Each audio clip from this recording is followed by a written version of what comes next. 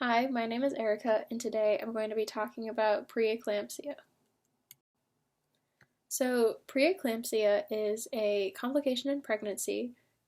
It's responsible for, it's one of the leading causes for maternal and fetal morbidity, so that's one of the reasons that we're going to be talking about it today. It is most significantly characterized by hypertension and proteinuria, which is like an elevated level of protein in the urine. And the way it relates to the stuff we've been talking about in anatomy is it's often related to placental dysfunction. It's related to abnormal placenta formation and placental abruption, and we're going to be talking about those. So you can see like here, and I'm going to go over it in a couple slides, but the way a normal placental works, where the mother's arteries are leading to the nutrition and oxygenation of the fetal arteries. So preeclampsia is limited to people who are pregnant. It affects 5% of all pregnancies, and it usually arises around 20 weeks into gestation. So that's a little over halfway into a pregnancy. You can see it in like the little chart down there in the bottom, the progression of it. But some factors that put you at risk for developing preeclampsia is it's your first pregnancy, or mothers over 35, as well as if you're pregnant with more than one child. So just like some general health conditions that may also lead to it are diabetes, hypertension, renal disease, and having a family history of preeclampsia. So before we get talking into how preeclampsia creates a disrupted placental function, we're going to review how a healthy placenta works. So basically, the function of the placenta is to provide oxygen and nutrients to the fetus through the maternal arteries into the fetal arteries. So the maternal and fetal arteries are not separated like many other aspects in like the human body are. Like the brain has the blood-brain barrier. Most different tissues have tight junctions that separate the systems from having a lot of crossover. The maternal and fetal arteries and veins are not separated by these. So whatever the mom ingests then affects the baby. So in preeclampsia, that placental relationship is disrupted. So the main way that that's disrupted is in a normal pregnancy, the spinal arteries of the maternal arteries that lead into the placenta dilate 5 to 10 times the regular size. And that allows for the transportation of the blood and nutrients to the fetus and the oxygen. In preeclampsia, those spiral arteries are more fibrous, and so they're narrower, less nutrition, and less oxygen can get to the fetus. That leads to the term of relative hypoxemia. And also I want to point out that we don't know 100% the pathophysiology of preeclampsia, but this is doctor's best approximation of what preeclampsia is.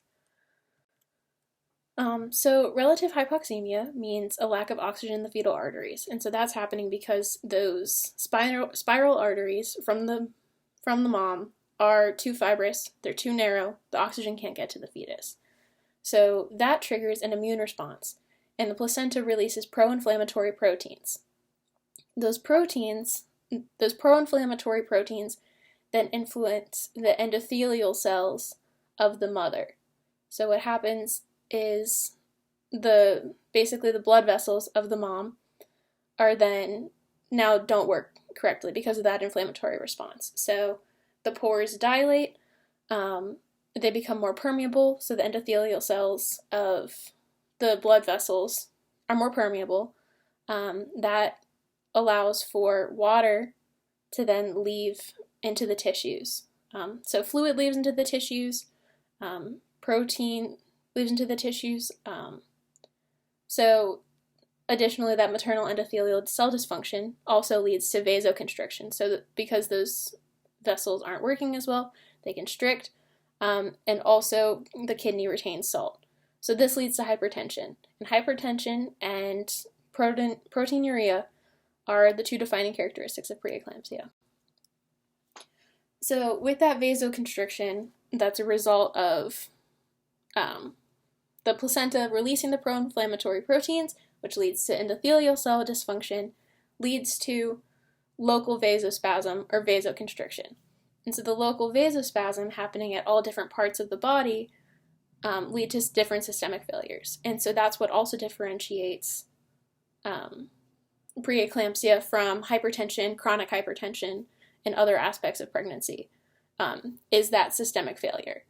So the way this happens in the local vasospasms or vasoconstriction of the different systems, so for instance the kidney, when the blood vessels to the kidney constrict too much, it causes glomerular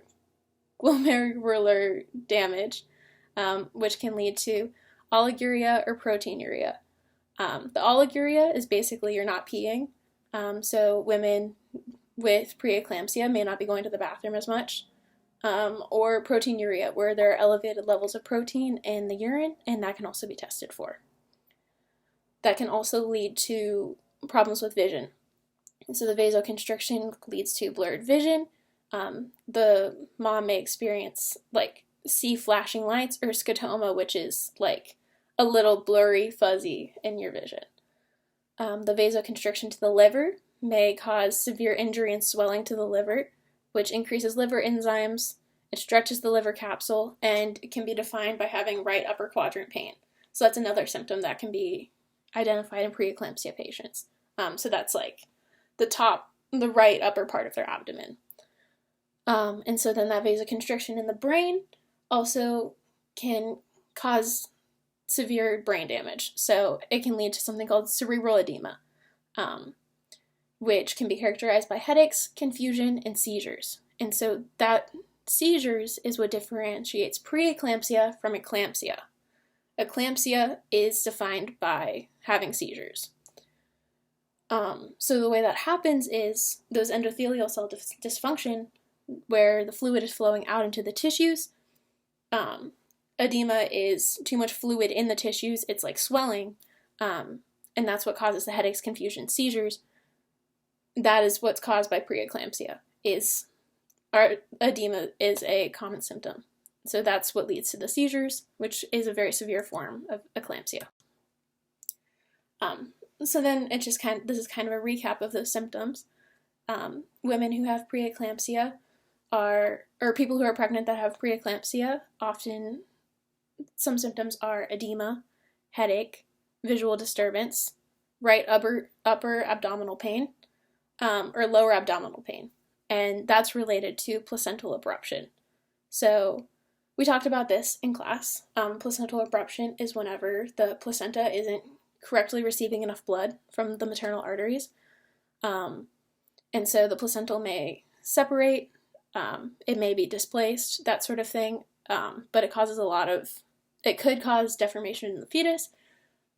It just could inhibit development. And so we'll get into some of those impacts on the fetus. So why preeclampsia is so bad and why it needs treated, not only are these symptoms, could they be inconvenient, they could be very serious. So for the mother, that could cause eclampsia with seizure that we've talked about. It could cause pulmonary edema, so buildup of fluid in the lungs. It can go into renal failure or stroke. And so all of those are very severe cases, but they definitely want to be avoided. So then there's also the fetal complications. There could be intrauterine growth restriction, so the fetus is inhibited from growing correctly, placental abruption, which we just covered, and stillbirth. So the baby may not be able to survive. So the primary form of treatment is to basically deliver the baby. So because preeclampsia is associated with placental dysfunction, the only way to really end those symptoms is to deliver the baby. So if it's too early on in the pregnancy, then the baby might not survive. So there's this give and take assessment that doctors have to make. And that decision is based on gestational age. So how long has the baby been developing, and the severity of the disease? Can these symptoms be managed appropriately so that the mother is still okay? So ways they may manage that are with supplemental oxygen, blood pressure medication, that sort of thing, addressing like the protein in the urine, and just trying to manage those symptoms before they escalate to the ones we discussed in the previous slide. So that can be assessed using a full blood count, so seeing like what's happening in the blood vessels related to like endothelial cell dysfunction. EUC, which is electrolyte urea creatinine, which is assessing kidney function. There's a liver function test, LFT, or they assess the urea creatinine ratio. So again, just kind of testing kidney function. What you can also do to assess how well the baby is doing is doing a cardiotocogram, which tests fetal heart rate, or you could also do an ultrasound to check the blood flow and the size and growth of the baby. If it's decided that the symptoms are too severe for the mother or the baby to survive, then the physicians may decide for a premature delivery, which in that case they might prescribe antenatal corticosteroids, and then that's going to help mature the baby faster and give it a better chance at survival. So what I learned from doing this research is that the only treatment available isn't just delivery of the baby. Research is being done to use interference RNA to combat the symptoms associated with pre-eclampsia, so that hypertension and proteinuria that are the defining characteristics. So pre-eclampsia is associated with this tyrosine kinase, SFLT1, and what they found is they could treat it with interference RNA, which reduced the SFLT1, which restores the animals in the tests' blood pressure to normal levels, and it decreased the level of protein in the urine. And mothers in these animal populations that were tested were able to have like good healthy birth. But yeah, that is my presentation. If you have any questions, please let me know.